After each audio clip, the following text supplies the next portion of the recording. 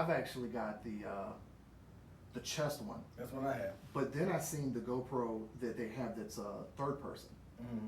Right, so it can mount on your shoulder or it can go back here, Mm-hmm. and that's a whole different angle. So it's a holster to go there. Something you put on like Yeah, that? it's like one that kind of mounts, and it's either got a rod or you can put it right here, and it can give you like the video game or like the John Wick view.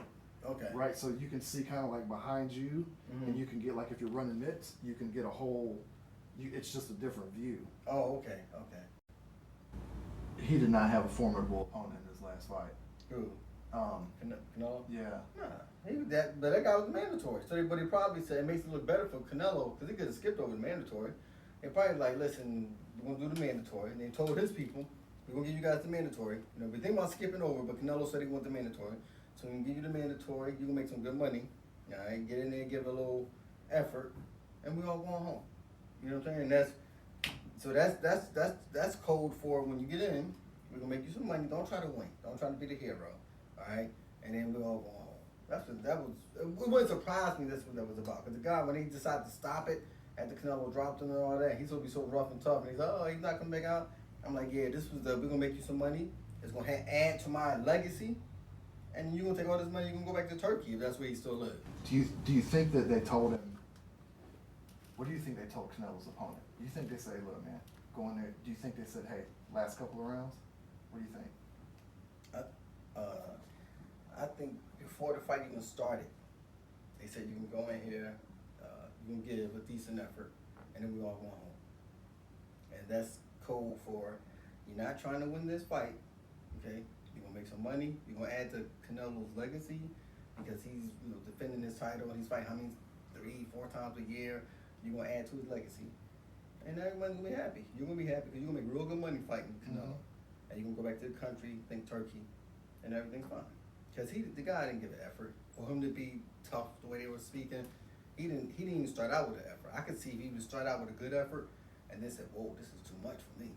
He started out like, "I already know this is too much," so I think they were like, "It's enough rounds." He did appear to be like in a survival mode. I always think those things too.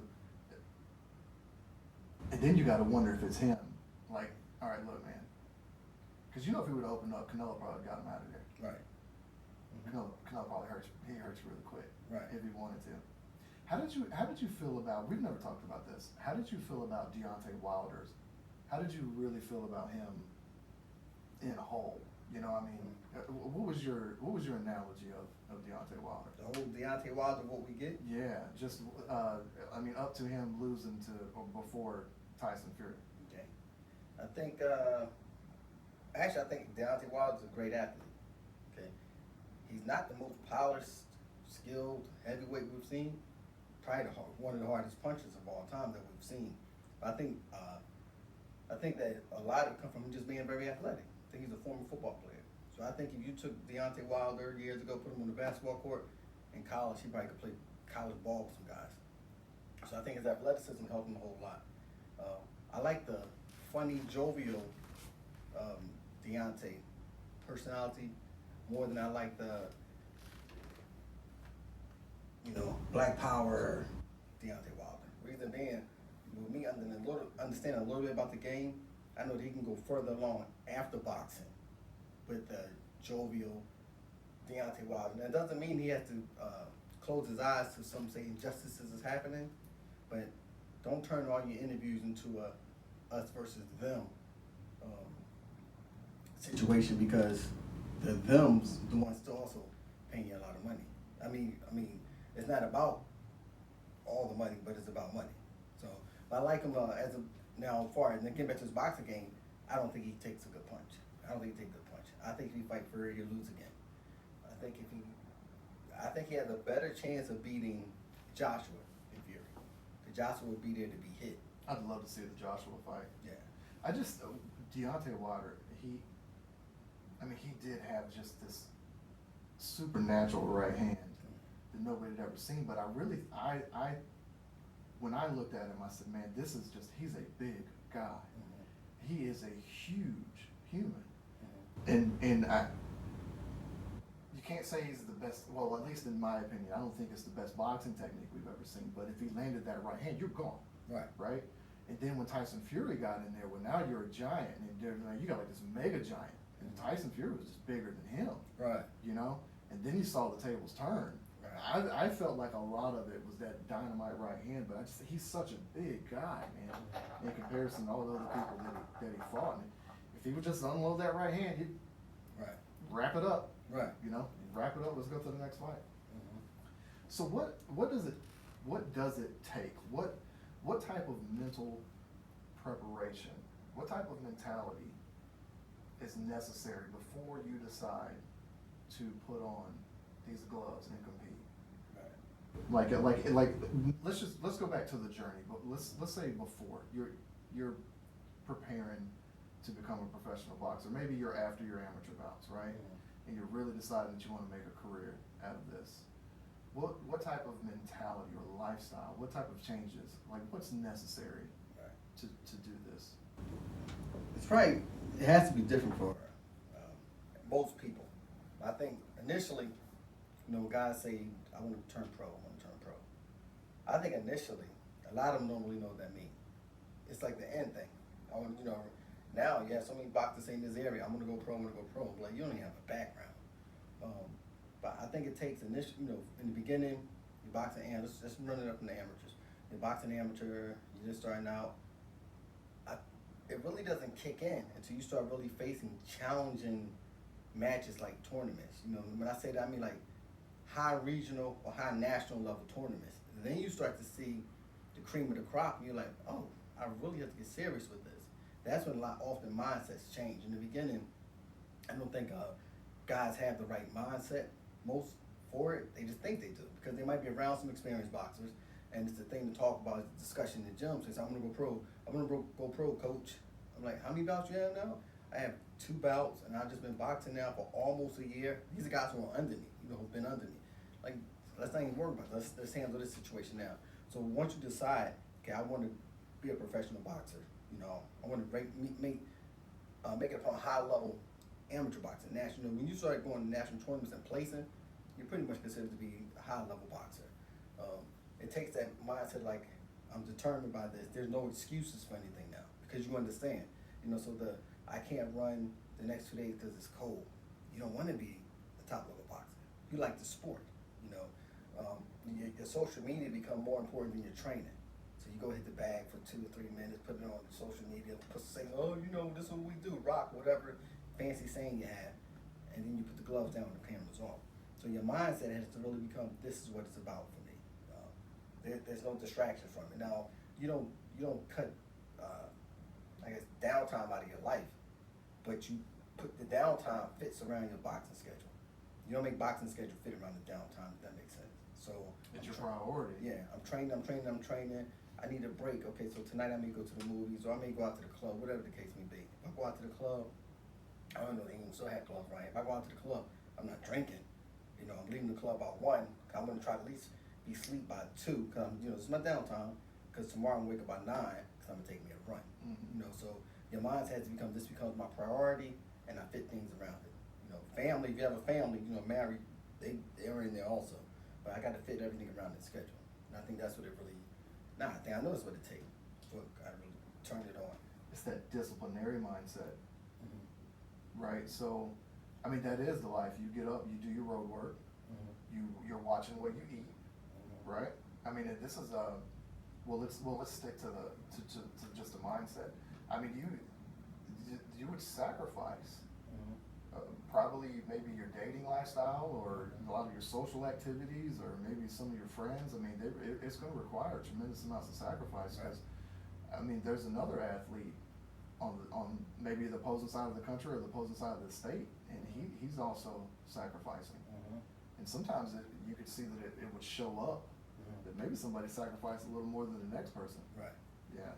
And you start following guys too. You follow top level guys. Back when I was coming to the amateur, we didn't have social media. It was the newspaper.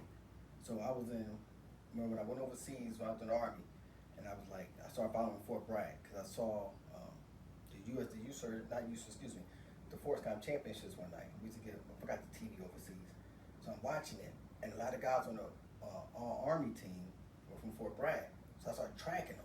And now I'm seeing these guys like Patrick Washington 139, Jason Tentes 147, Rodan Milan 132. And these guys right now today were still friends. I ended up coming to Fort Bragg. I said, I have to get to Fort Bragg because this is the mecca of amateur boxing in the military. And a lot of these guys are ranked nationally. So I'm following USA Boxing, had a magazine, I'm following, so all these guys ranked.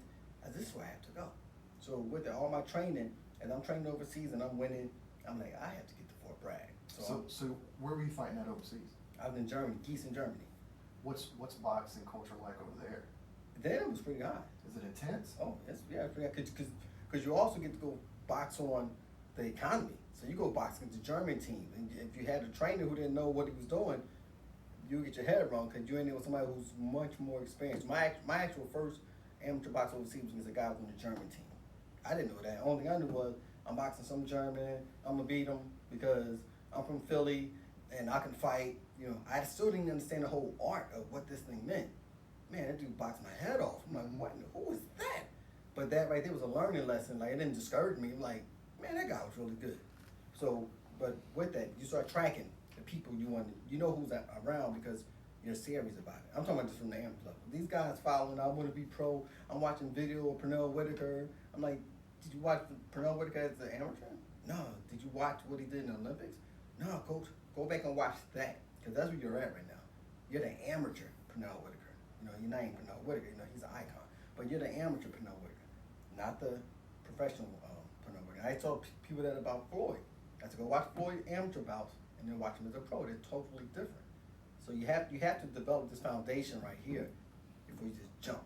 I loved watching a lot of Floyd. I watched Floyd's amateur footage. I watched Mike Tyson's amateur footage and Pernell Whitaker's. And even his first, Floyd was always Floyd, but he's not the Floyd. Or he developed after like maybe his fifth or sixth bout when he was really tested. You know, he wasn't. Maybe he wouldn't shoulder roll as much, or he seemed to be a lot more active. He was a big puncher. Floyd was in his early career. He was a knockout artist in his early career, but he changed. So there's a huge transition that goes through that period from being amateur. When do you know? Like when do you know? Okay, this kid could go pro. Are you looking for a skill set? Is there an amount of time? I'm definitely looking for a skill set. I'm looking for the dedication to the sport. I'm listening to how much they talk about it and what they say about it. And it seems they have passion for it, you know. And even then, I would still say I'm not saying, okay, this guy could be a pro guy. I'm not looking for, you know, I have my 15 minutes fame, so I'm not trying to. And no knock on anyone, but I'm not trying to be one of those trainers. I gotta find my guy that's gonna make it. I'm not. But when the guys start talking about him, I'm like, okay, this guy right here, I think he can get to that level. He's passionate. He has some experience, humble, you know. And then you have the guy who don't have a lot of experience. He talks a lot and he's not humble. I'm like, no, you want to run into something right inside the gym that's gonna stop you. But there's a lot of the passion a person has. How many the discussions, but it's not so much a discussion, it's the type of discussion, the dialogue they had, you know. A lot of dreams shattered in sparring matches. Yeah. People come in to see professional careers and dollar signs. Just like you said, that something in the gym is going to stop you, and then get in there with something. I had it. Guys call me, and the one I keep telling this story. This was last year. I was on the phone with a guy. This guy probably was texting me. I don't know, 30 minutes. You know, because I always say, like, leave a text. So I'm at work, you know, working in the school system. And he's got a text about wanting to come, getting ready to go box. His friends tell him, I said, like, how much experience you have? Well, I don't have any experience, but I fight in the street. My friends tell me I should box. You know, so we going on. I said, listen, man, I said, you're not ready yet. You have no boxing experience. No, I'm telling you, I think I can. Just come on. Let me come by your gym. Check me out. And, you know, so I said, okay, I asked how much you weigh in the text. He told me. I said, you can come by tomorrow, which would have been a Tuesday. And I said, I have somebody. I said, you have to go three-minute round for me to act like I'm even gonna take an interest in. So he said, okay. So he came to the gym on that Tuesday, you know, he got gloves. I gave him some hand rats, headgear and everything. I said, now you're ready. He had his girlfriend with him. That's a no-no. So he's like, yeah, I'm ready, you know, you can see what I got. So I put my guy hat and a big Corey in there with him. And it lasted 42 seconds. After 31 seconds, the guy took his head out the boat, and I didn't know what he was doing. I'm like, yo, what are you doing? He's like, what? That's it. So I said, all right, come on, let's go. Box. And he's sitting there with his head outside the rope. 11 more seconds go by. I'm not making this up. I said, what you doing? He says, that's it, I'm done. I said, it's 42 seconds. I'm done. I said, so you don't want to fight pro? Nah, I'm not. I need some more training, like you said. I said, that's what I'm trying to tell you. And I turned to his girlfriend. I said, if you try to go to another gym and say you want to be a professional boxer, tell him no. She said, I told him not to come here. I promise you that 42 seconds. Because he thought, because some guys told him in the streets that he fighting, like it's not the same, man. So yeah, a lot of dreams get shattered right in the sparring sessions. It looks good on paper. Yeah. Yeah. When you were training, there's a couple of interesting things I want to talk about. When you were training, even when you were moving through your like the more advanced amateurs and into the pros, the world has a lot of things that could take you off of your path. All right. So what's it like? What was your daily lifestyle like when you were like, all right, look, we're committed. This is what I want to do. So what was it from what time did you get up? Like, did you get up early? Did you have like a schedule? Say like when I was boxing, say when I was fighting before Brad, Yeah. we were an elite team. Yeah, definitely had the schedule. Up early, morning runs, I think started at like 6. How long were those runs? Depends on what coach had in mind. It might be track sprints. It might be the 8-mile run out called Aya on Fort Bragg. We ran 4 hours to run ranges, might be 6 miles, depends what he had. Okay. But you need to complete them by a certain time. From there, we come back for afternoon training. Afternoon training probably like 2 hours. And then you pretty much were released unless you had to shake weight. You know, if you were what we called it fat, you had to shake weight, they might bring you back in the evening time, or they expected you to come back in the evening time. And this was probably for 5 days a week. That's back then when they didn't talk about recovery. 5 days a week. And then we had a tournament. We might leave out for that tournament, we come back for the tournament. We might be off one day and we're right back to the same routine. And what it helped, though, was it just helped build that focus for you as far as this is what I need to do. So that was pretty much my routine the whole time. So you're laser focused. Okay, so you get up in the morning, did you eat before or after you ran? After. Okay, so you got your row work in, then you eat. You have a light meal? Didn't really know. Well, I was sucking weight at 125. That's what we called it. Yeah. So I would eat very little and drink very little. Most of my 125 days, I probably was fighting dehydrated. Yeah. Because the science, our coaches weren't into the science. You got the science if you went to Colorado Springs training for an international bout with a national team, or if you're just fortunate to have a coach who knew the science of nutrition. They was just kind of like, all right, you're this tall, you need to be about this weight. Yeah. Is that how they ran it? Right. All right, so then you would go to the gym. So let's move past. All right, so you got that disciplinary lifestyle. You're in your gym. When you're in the gym, you're doing everything your body can do every day, right? You don't just what did you call it in the gym? You're just going through the motions, right? You're not going through the motions of training. You're applying yourself, right? So let's move into all right. So you go home, all right. You're a young man, all right. You go home in your younger days. There had to be like drugs. Let's just talk about that, right? Everybody's got friends or somebody or been out in town. You got alcohol, you got drugs, you got bad food, right? I mean, how did you handle that world? But drugs wasn't a problem. So, yeah, right, obviously. Yeah. No, not interested. We used to party. Okay. A lot of guys on the team. A lot of guys drank on the team. But I guess it was, the training was so, instilled in you that you still got to train. So, for then we might go out to the club. Back in the day, that's when people go to the NCO club. Saturday night, about 10 o'clock the next morning, everybody's meeting up to take a run as a team. Where the guys with the club, yo, tomorrow we got to go run. So, of course, you're not getting up at 7, but it'd be a Sunday, and you all meet up at 10 o'clock. I said, come on, man, we got to run, because last night we went and partied, drank. So I don't really think, for most of us, the top tier guys on the team, getting past that wasn't a problem. And we had a couple of guys on the team who drink heavy. Like, you can smell it on them in sparring and fights from it being in their system. Did you see an effect from the guys that would partake in those activities? Did it show up in the ring? Two particular? No. It's crazy as hell. Yeah. One ended up becoming a world champion. Like the real world champion. I know, man. I've looked at everybody smoke weed, you know, a lot of people, if they've done anything, have drank or probably have smoked weed, and like I've actually seen more in MMA, but like some of these guys get high before their fights. I don't know. I mean, I think this would vary from person to person. And then we found out that some of the champions that we loved had like cocaine problems and stuff. And you can see that some guys could, but I don't know, man. I just don't know that this applies to everyone. Right? Because could you have drank every night and went in there and still been the same you? Not drink every night, no. No. But weekends at the club, yeah. And I think it might be something else. Like you said, everyone can't do it.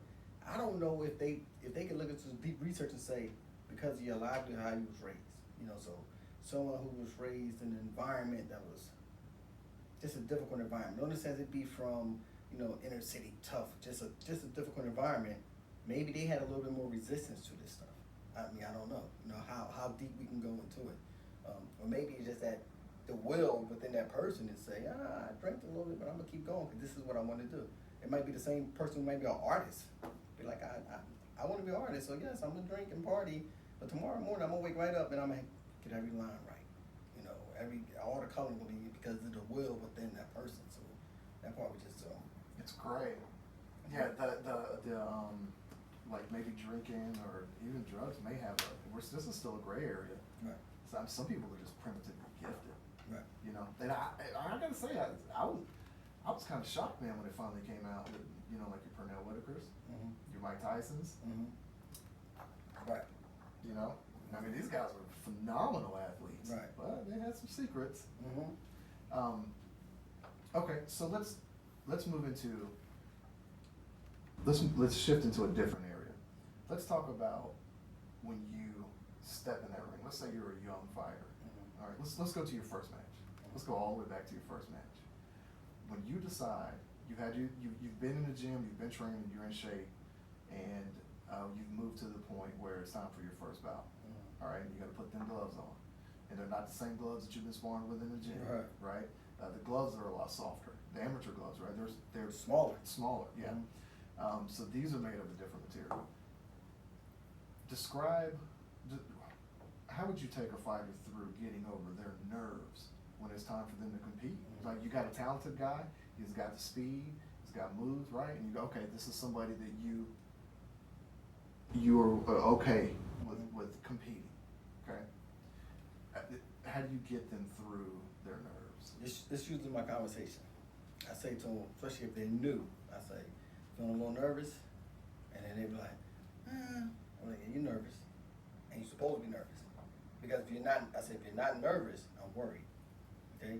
So, with you being nervous, that's fine. What we can't do is to let it overtake us. Don't let it get you so caught up in your emotions. And actually, Custom Auto actually have a conversation with Mike Tyson about the fire, you know, and being able to control the fire. I said, so don't let it overtake you, because this is what happens. I said, you're going to be nervous, you're going to be nervous. You know, once they got the gloves on, you know, you're coming up with it the next 3 bouts. I think you'll continue to be nervous. I said, once the bell ring, ding, it's going to go away. I said, so right now, if you freak yourself out too much, when that bell ring, you still be like a deer in headlights. I said, so it's fine to be a little nervous. I said, but it's going to be okay. It's going to be nothing. It won't be anything harder than what you had in sparring. That's the only difference with these lights. They're judges sitting around the table, judging. I said, you take the judges away from the table, it's the same as sparring. Now, it's still a different level, you know, from sparring. But this is what I'm telling new guys, so to kind of try to relax. I'm like, okay, nothing to worry about. Don't get caught. I always say, don't get caught up in the lights. Yeah, because there's a whole new element now. Now, instead of there being 10 guys in the gym, you have your mom's out there, your girlfriend's out there, your brothers are out there. You've got family and judges and other people looking at you and people rooting against you. You know, that because the other guys got fans, or you know, too. Right. They don't. They're against you. So you're processing so much more now. You're taking a lot in. Like, oh, what am I gonna do with all this? You need somebody to say, just be cool. It's gonna be all right. So. How do you get a fighter to recover if they're taking a big shot? Well, first thing, if they can continue to move, I tell them to move. And when they come back to the corner, I just sit them back and start talking to them. Most of the time, I talk to my guys initially. I don't give them any water when they first come back. When we go back, we have a certain routine. I want you to start breathing. While they're breathing, I'm feeling their heart, and I can tell when the heart, if it's still up high, I'm gonna continue to try to calm you down. But when they take a good shot and they like they stump, I sit them back, relax them a little bit, I put a little bit of water on their neck, and I tell them why it happened. This is what we need to do not to allow it to happen again. and we can go back to that first start establishing ourselves. If you're feeling steady when you get up, we can go back out establishing our jab. If you're still on full too steady, we want to move around a little bit. But one practice I've always had since I'm doing, I don't let people take a lot of damage. Now if it's not working, I don't allow my guys to go fight if they're not in shape. Get their nose broke up and stuff. And if you're taking too many shots, I'll stop it. Like, I'm stopping it. Talk about that. I mean, because and there's a thing in professional fighting, right? Like it's this creed, like you just don't throw that towel in. I mean, but you're talking millions and millions of dollars on the line, and you're on TV in front of the world. But when you're talking that in the amateur ranks, and this is a learning experience. I've seen people not throw in the towel for guys that were getting busted up. You know, I mean, where you're like, man. Right. I mean, at least in the amateurs, I mean, this is past a learning experience, right? Right. So, but you're always, how are you navigating that, right? Like, when you're looking at the ring, how do you know? Like, what are you looking for? If a guy's taking a lot of shots and he just can't figure it out, and what I'm saying to him is not helping him figure it out, and he's taking shots, I'll stop him. Like, that's it. And the reason being, I'm always thinking about, not to be cliche, but I'm thinking about like tomorrow, next week. Like, this guy, he had his 6th amateur bout. What are he gonna be doing a year from now? Well, he probably won't even be boxing. So why risk him getting hurt? And so far, all of mine males that I stopped. Why risk this person getting hurt? And there's more to come later. And so I stopped. And I haven't had, honestly, I don't mean to sag, I haven't had a lot I've had to stop. Probably, I can remember 3. But I haven't had a lot I had to stop. And I've stopped a couple of guys when they're in shape. Like your conditioning really looks bad. I know, just give me another chance, coach. Nope, because you might get hurt. And with that, besides you getting hurt first, you can make yourself look bad, and you can make me look bad. I'm not going to allow myself to look bad because I missed that you weren't in top shape. So I'm going to save your health first, and then I don't want you to look bad, but I don't want myself to look bad. So that part might be kind of, somebody might say, well, that's a little self-centered. You don't want to look bad, which I don't. But also, I don't want the individual to get hurt. Is there a certain, Sheen's dad, he was a world kickboxing champion, right? And when we were talking, I asked him, I said, what do you think it takes? Where do you need to be before you step in that ring? And this is what he said. He said you need to have a 5-minute mile. That was his opinion. Who said that? Sheen's dad, remember him? Mm-hmm. The most ripped human I've ever seen in my life. I bounced with this guy at a very sketchy club in Rayford. And I'm talking about,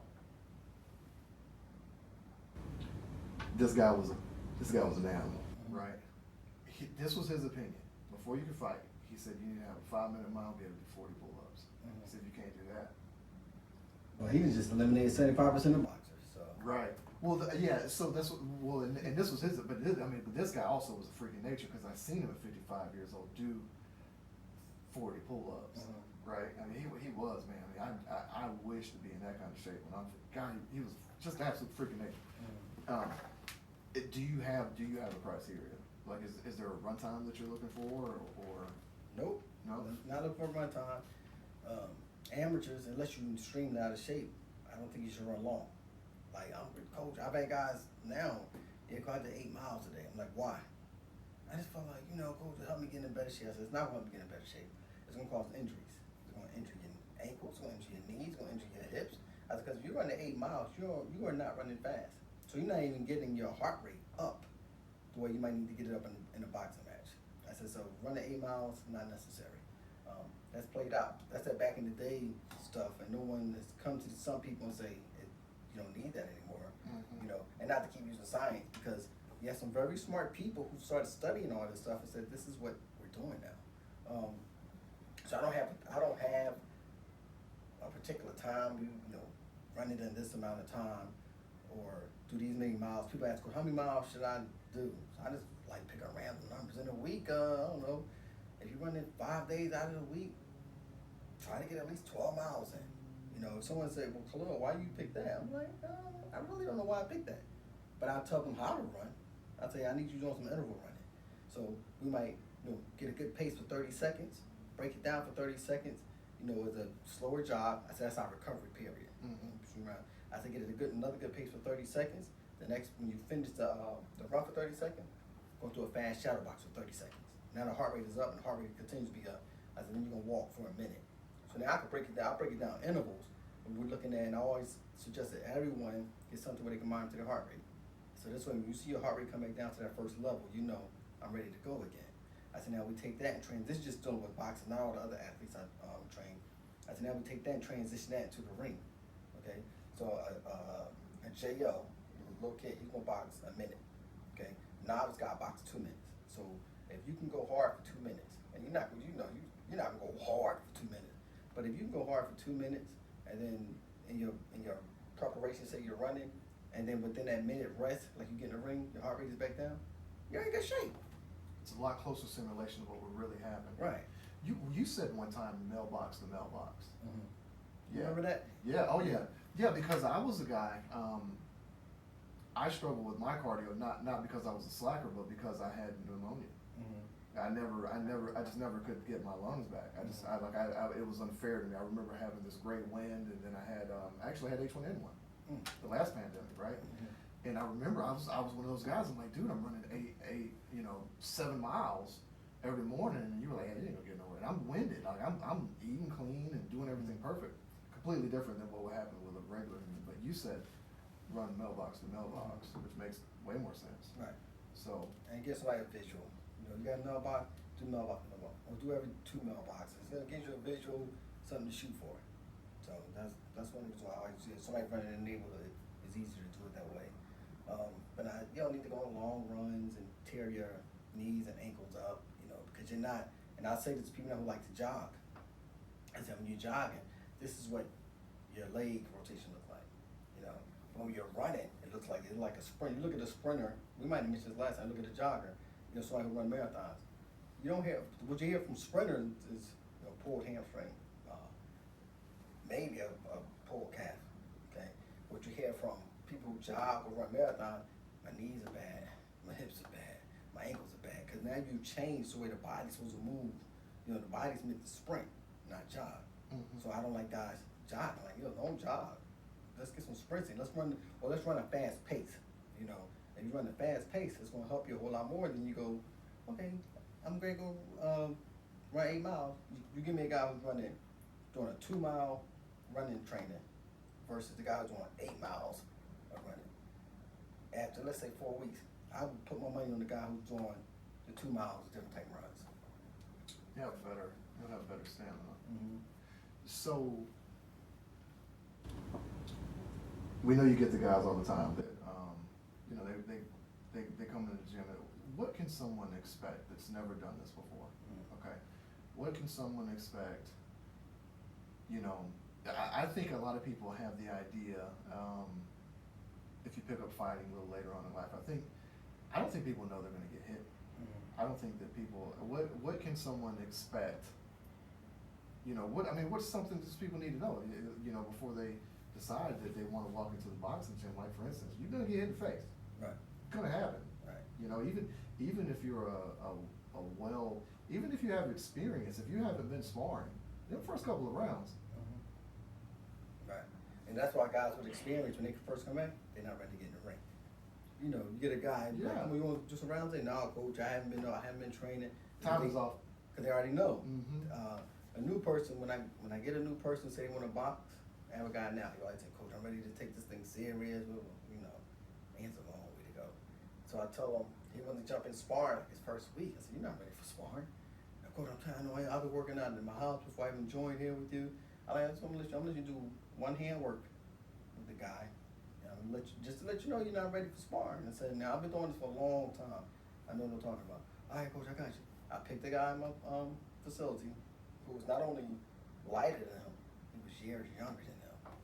He smashed him just with jab work. And then when he finished, he's like, so what do you think? I said, what do you think? I think I need more work to do. So I tell guys when they first come, it's a training process. At one time, I didn't let people spar probably at least 6 weeks into training with me. Like, we have to, and I would tell them that, you don't even get in the ring at least 6 weeks because you need to learn the foundation. And then once you get the foundation, depending on what you look like, Then we could probably slide you and let you get some one hand work. I always start everybody out with one hand work. I'll slide you in, let you get some one hand work. But the process is, you know, as far as talking to them, like, you know, now you're gonna get hit in the face. And when you get hit in the face, it's a little different when it's allowed. Like, somebody hit you in the nose, it hurt. And you got to sit there and take it and try to answer back. So I do give them that, you know, I guess a pre-warning or the warning that this is what happened. But I don't let people jump in the ring right away. I'm not, except for my guys who call me, I'm ready to go, I'm in the streets. When somebody come train with me, I'm not one of the facilities where you can jump right in. Let me see what you got. I think that's probably one of the most idiotic moves trainers do to me. Let me see what you got. He's never boxed before, but he doesn't have anything. Even if he has heart, he's gonna get hit on. So no, you know, I think that's one of the ones with trainers that I see. I'm like, that's idiotic. There's a lot of guys. We saw a lot of guys that would come in off of the street, and they beat up everybody in the neighborhood. And it's totally different. Yeah, and they get in that ring. Right. The same game you were running, it just doesn't work in there. Right. You know, this was a very, very common event. That this is out for trainers. And like, you know, I told you last time, a lot of things I say people don't agree, just not to agree, because people don't just want to agree. But in between rounds, you know, someone's sparring and you allow them to rest for 30 seconds. That's a bad idea. Bad idea. Because for one, most probably don't even know what it takes to recover. Okay? It's like how you replenish, how your system replenishes itself at a certain time, like 30 seconds, 45 in a minute. And allowing a person to rest just for 30 seconds don't prepare them to get any better. What it does, it send them back out there fatigued. In the second round, you know, we sparring, it's a good sparring. Right here we do 30 seconds rest. Okay, so we get some good work in the first round. I come rest for 30 seconds. I'm still fatigued. Now I'm sparring the second round. Good chance I'm gonna get hit more. Then I come back, 30 seconds, go back in the third round. I'm even more fatigued. Now you're really talking about high risk injury, high risk someone getting hurt. So I think when trainers do that, it's just not a smart idea. Like, we usually do about 50 seconds in between. You want to give them a minute. Yeah, well, a minute is what we get in boxing. Yeah. And I know between that 45 second to a minute range, your system usually replenishes itself. At least your ATP system usually replenishes itself at least about 90%. So we're gonna do anywhere from about 50 seconds. I usually send everybody, then we go back up. I know your system should be replenished. If a person's still fatigued, I just don't start the round back up. I'm like, you good? I'm all right, coach. Well, no, I don't need you good. I need you to be good. Mm-hmm. Now I know when it's time to battle, they may be in a situation where they're working so hard that they're gonna be tired. After that minute, hopefully they recover. You know, but in between rounds, sparring, people in this 30-second rest, not the best idea.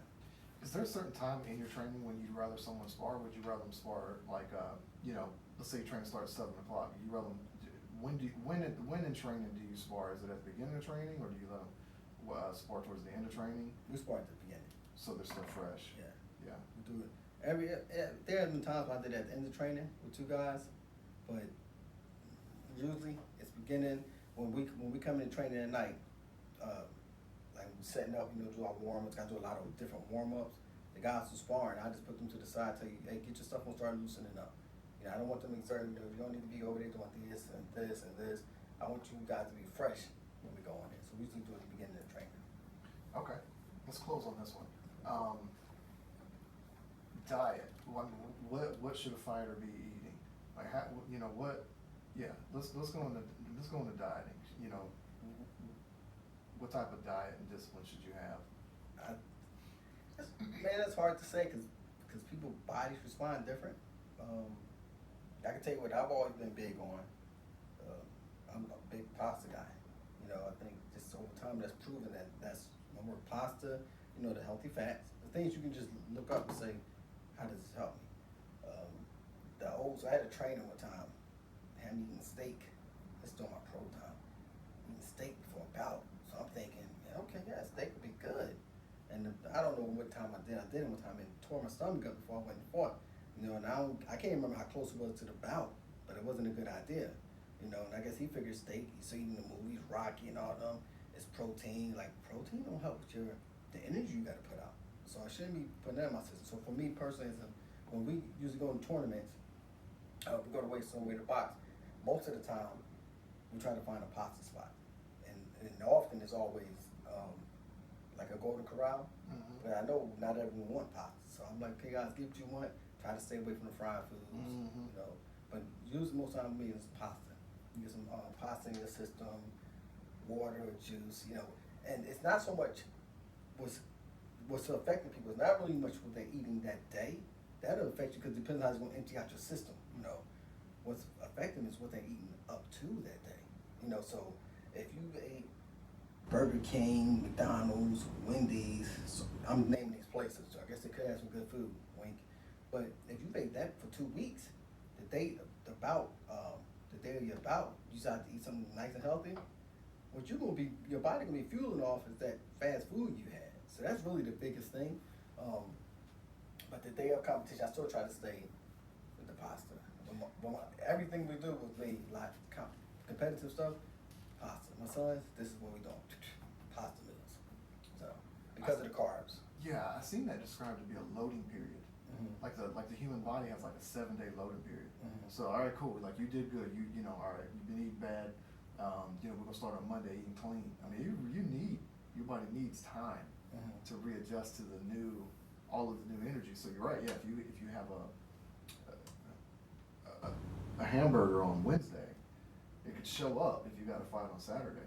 Which it was weird how you stumbled on, or it was weird how I seen you looking about red meat. Because I learned that. We were big red meat eaters. Then, man, I just don't feel like I can produce the same amount of energy after eating red meat. I didn't really understand how heavy red meat was for the body. Do you feel the same way? I'm not really against red meat.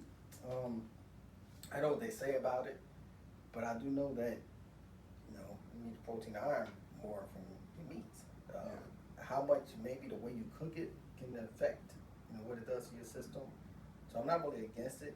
I'm against, you know, so if we had just like a steak, most times we have a steak, I'm grilling it, you know, trying to get all the, you know, the fat off of it and all that saturated fat. But I can't really say that I'm against it so much. Did you ever feel like a red meat meal would slow you down? Do you feel like it slows you down, or do you feel like you just? I feel like I still go work, train the way I do. Like I don't feel it. Maybe I would have to test it. You know, say okay, I'm always doing these little crazy self tests.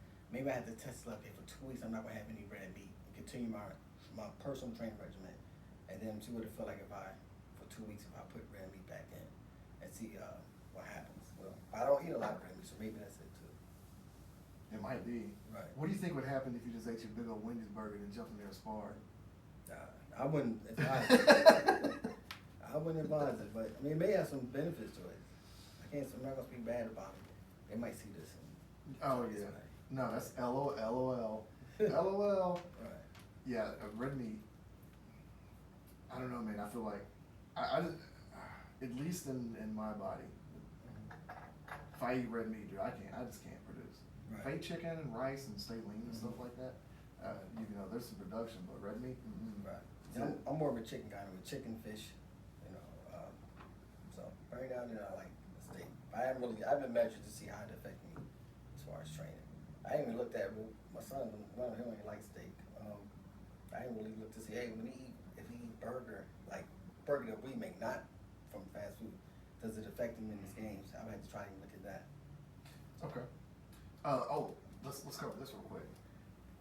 Do fighters ever get over their nerves? I mean, we've seen guys like later on in the ranks, man, these guys be open and go throw up. You know, before about. I think that's an individual.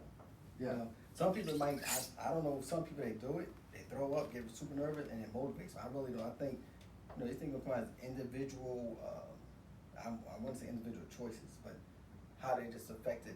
Each individual just process things different. You know, so I probably, and again, it goes with experience. So in my younger amateur boxing days, I might got a little nervous. By the time I got to the nationals, I was always had the competition butterflies, but I always felt like I'm one of the top guys. Unless I look at my bracket, like, ugh. Like one year I had De La Hoya in my bracket, and I was like new to the nationals. I'm like, man, I got De La Hoya once I get to the quarterfinals. I didn't make it to De La Hoya. I lost before that. So even then, not knowing, looking so far ahead, like, wow, I got De La Hoya, put me in the deer in headlights, and I lost to the guy like two sections before De La Hoya. You know, and sometimes you go to some tournaments and you're like the man. You know, you go to the regional Golden Gloves, and you're the man in the region, and you got to be worried about not having butterflies because you think you're the man. Right. You know? So it's an individual thing. So if you don't have have you ever went in too confident and have you ever went in with like, you know, too confident? Have you ever underestimated anybody? I don't, as much as I can remember, man, I don't think I have. Probably that German, that first bout. God just figured he's German, and I'm from America, and I'm from North Philly, and I'm gonna beat him. I didn't understand the art of boxing. Yeah. Then he boxed my head off. I'm like, wow. I don't think I've ever underestimated anyone. Maybe because I've underestimated. You know, so with that, and I think that tie into, you know, my life, like the way I was raised. You know, I was underestimated. I was the underdog. You know, the short. And I'm not trying to do the short guy, poor. You know, so you and where I was from, you play sports and you fight. So once people realized, wow, he's really good in sports, and they're like, wow, he really could fight. But so I knew came along, I still was a little guy. You know, so with that, maybe that trickled to when I started competing in different levels. I never underestimated anyone. So I don't really know, man. And maybe when I was fighting for Fort Bragg, I said we were an elite team. We competed within each other. You know, who's gonna win best boxer of the tournament? Which I won a lot of those. So with that, maybe the motivation from my teammates, and a lot of them still friends with them now, that motivation didn't allow me to underestimate someone because I want that big special trophy. You know, you win the tournament, but then, or win your bout, get your medal or your trophy, but then when you box at the tournament, man, you got the big special trophy. So maybe that was a part of this. I really can't say that I underestimated anyone. I'm pretty sure there was times though where I was a little arrogant, you know, young, thinking I was the man. I'm pretty sure. Yeah, I'm pretty sure it was that. But what's the funniest thing? Let's lighten everything up real quick. What's the funniest thing that you've seen in your boxing career? Like that happened in where it's kind of like, oh, what's the most humorous thing you think you've ever seen? Like maybe the most humorous knockout, or somebody tripped on the way to the ring, or. I tell you what's humorous is I talked to my sons, I don't know, a couple weeks about this. We talked about boxing. We just left the gym. And I'll tell you one that happened to me. I was in the Nationals one year, and I drew the Air Force first. So maybe then, I got the Air Force first. So maybe that's a little cocky, like, you know, Air Force was doing it. They had like a couple of guys who could box. But anyway, the thing was, the kid for the tall, I can't remember his name, and he hit me in the top of the head. And when he hit me in the top, wherever he hit me at, it stung me, and I saw black and white. So I saw black and white, and I started moving. I'm like, man, I'm hurt, and then everything black and white. So I'm moving around just to stay away from them, and I hear them go. They still did an amateur boxing. It was like 10 seconds left. So I get back to the corner, and Coach Baker was my coach from Fort Bragg. He was out there with the Nationals. He said, "How you feeling? How you feeling?" I said, "Everything is black and white." Like I whispered to him. He's like, "What do you mean?" I'm like, "Everything is black and white." He hit me on top of the head, and I see black and white. He said, "Oh, so he hurt you?" I'm like, "I guess, but everything is black and white." And to me, that was funny. Whenever I think back to it now, I'm like, it's like the old TV. Yeah. It's like an old school. Is that how it felt to you? It's just like colors going? Yeah, it was going. And he hit you on the top of the head? He hit me like right here in the angle. And I heard like, dong, and everything was black and white. Even when I got back to the corner, I was like, everything's black and white. He's like, what do you mean? I'm like, everything's black and white. He hit me on top of the head. He's like, so he hurt you? I'm like, everything's black and white. And then I ended up when I win. Actually, I stopped him in the next round. He was tall. I hit him with an overhand right, but it was crazy because when he hit me, I'm like, whoa, everything's black and white. And I was like, stay moving, stay moving, stay moving. And I kept moving. I heard the guy go. I knew I was gonna make it back to the corner. You had to freak out a little bit. Yeah. Like, man, like I didn't know. You never no one ever told you, hey, one day you might get hit and you can see black and white. Yeah. No. So it kind of it spooked me. Like you could probably go out. You could probably go down a hallway, but nobody ever said they would turn the color off. Right. Right.